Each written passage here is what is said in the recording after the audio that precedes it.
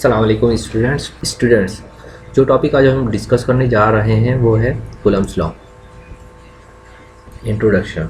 Coulomb's law ने basically magnitude of forces between the two charges static की condition में, rest की condition में स्टडी किया और एक फार्मूला पुटअप किया जो कि जाना जाता था कूलम्स लॉ के नाम से। चार्जेस बेसिकली क्या होते हैं यह हम डिटेल में स्टडी कर चुके हैं अपने प्रीवियस लेक्चर्स में। समराइज्ड चार्ज वो पार्टिकल्स हैं जब भी किसी एटम में से इलेक्ट्रॉन निकल जाए या दाखिल हो जाए तो उसके बाद चार्ज आ जाता है। अब कूलम्स लॉ ने दो चार्जेस के दरमियान फोर्स ऑफ अट्रैक्शन या रिपल्जन को डिस्कस किया। किस तरह से उसे हम व्यू करेंगे। हमें यहाँ दो चार्जेस नजर आ रहे हैं Q1 एंड Q2। इन दोनों के दरमियान सेंटर चार्जेस के सेंटर से distance between the two charges provided है R। स्टेटमेंट कूलम्स लॉ के स्टेटमेंट के मुताबिक जो है चार्जेस के दरमियान फोर्स ऑफ अट्रैक्शन या रिपल्जन को दो हिस्सों में डिवाइड किया गया है। कूलम्स के मुताबिक जो है पहली स्टेटमेंट कहती है the force of attraction between the two charges. Law की स्टेटमेंट को दो हिस्सों में डिवाइड किया गया है। फर्स्ट स्टेटमेंट कहती है कि the force of attraction between the two charges और the force of repulsion between the two charges या 2 point charges is always directly proportional to the product of charges. Means के जो फोर्स ऑफ अट्रैक्शन है दो charges के दरमियान में या फोर्स ऑफ रिपल्जन जो है वो ऑलवेज डायरेक्टली प्रोपोर्शनल होगी। यानी कि जो फोर्स ऑफ अट्रैक्शन या repulsion between the two charges है वो डायरेक्टली प्रोपोर्शनल होगी दोनों चार्जेस के प्रोडक्ट के। सेकेंड स्टेटमेंट कहती है यही फोर्स ऑफ अट्रैक्शन या रिपल्जन जो है 2 पॉइंट चार्जेस के दरमियान में इन्वर्सली प्रोपोर्शनल होती है square of the distance between the two charges. मतलब कि जितने ज़्यादा हम डिस्टेंस इन दोनों चार्जेस के दरमियान में, जो कि हमें नज़र भी आ रही है तस्वीर में कि Q1 और Q2 के दरमियान जो डिस्टेंस है वो R है। अगर हम दोनों चार्जेस के दरमियान जो डिस्टेंस है R को इंक्रीज करते हैं तो फोर्स ऑफ अट्रैक्शन या फोर्स ऑफ रिपल्जन जो है वो डिक्रीज हो जाती है। क्योंकि ये इन्वर्सली प्रोपोर्शनल है। क्योंकि फोर्स ऑफ अट्रैक्शन या रिपल्जन जो है इन्वर्सली प्रोपोर्शनल होती है दोनों चार्जेस के डिस्टेंस के। मैथमेटिकली रिप्रेजेंटेशन अगर हम कूलम्स लॉ की करते हैं तो मैथमेटिकली रिप्रेजेंटेशन के लिए अगर हम कंसीडर करते हैं 2 पॉइंट चार्जेस, जैसे कि हमें तस्वीर में नज़र आ रही है कि Q1 और Q2 जो है 2 चार्जेस हैं और दोनों चार्जेस के दरमियान जो फोर्स है इलेक्ट्रोस्टैटिक फोर्स जो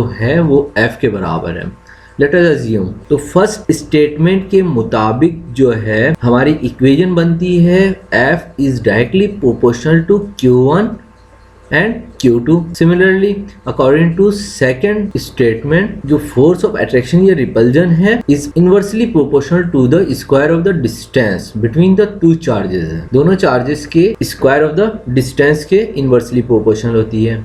नाउ दोनों इक्वेशन को अब हम कंबाइन करने जा रहे हैं। जब हमने कंबाइन किया तो F is directly proportional to Q1 and Q2 and inversely proportional to R square. Sign of proportionality को हमने यहाँ पे रिप्लेस किया इक्वल से। देन साइन ऑफ प्रोपोर्शनलिटी की जगह पे हमने एक कांस्टेंट वैल्यू यहाँ पे पुटअप की, वो K है। इस इक्वेशन को नाम दिया हमने 1 का, where K is the constant of proportionality. Value of K अगर हम फाइंड करने जाएं तो वैल्यू ऑफ K जो है वो होती है 1/4 पाई एप्सिलॉन नॉट, जहाँ पर एप्सिलॉन नॉट जो है permittivity of the free space कहलाती है।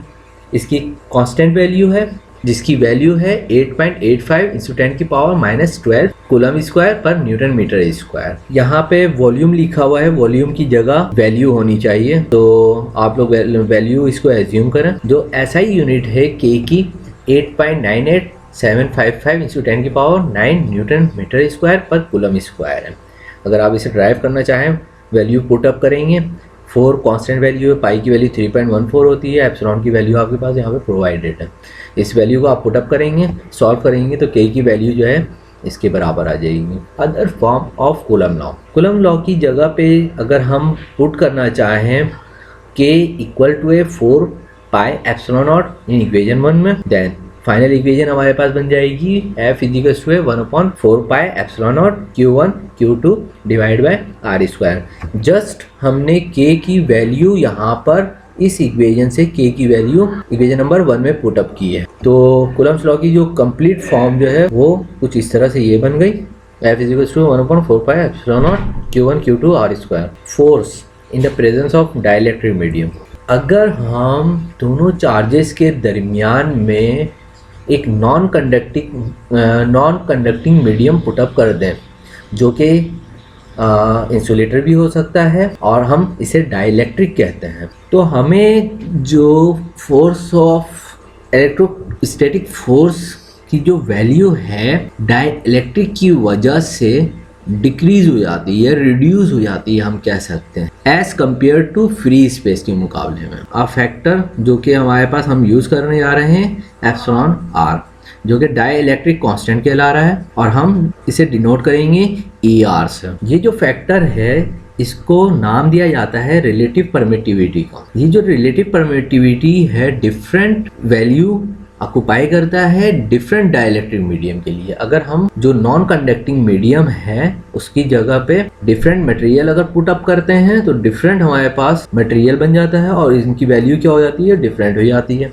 डाइलेक्ट्रिक जो हम पुट करने जा रहे हैं बिटवीन द टू चार्जेस के दरमियान में, अगर हम इसे पुट करते हैं तो कूलम्ब्स लॉ जो है अपनी फॉर्म चेंज कर लेता है कुछ इस तरह से। मैथमेटिकली हम डिफाइन कर सकते हैं F = 1/4 pi एप्सिलॉन नॉट। ये हमारे पास K की वैल्यू आ गई और ये मल्टीप्लाई फैक्टर हो जाता है 1/4 pi एप्सिलॉन नॉट ER से। ER is the relative permittivity, यानी कि जो मीडियम हम पुट कर रहे हैं उसकी परमिटिविटी कहला रही है। ये भी एक कांस्टेंट वैल्यू होगी एंड बाकी इक्वेशन उसी तरह Q1 Q2 और स्क्वायर हो जाती है। वेक्टर फॉर्मेशन, चूंकि फोर्स हमें पता है कि एक वेक्टर क्वांटिटी है। वेक्टर क्वांटिटी वो तमाम क्वांटिटी जो कि मैग्नीट्यूड यूनिट के साथ साथ डायरेक्शन प्रोवाइड कर रहे होते हैं वेक्टर क्वांटिटीज कहला रहे हैं। तो फोर्स चूंकि हम कूलम्ब्स लॉ में यूज कर रहे हैं, vector form of coulomb law कुछ इस तरह से हम राइट डाउन कर सकते हैं। F12 1/4 pi epsilon not epsilon r Q1 Q2 R square.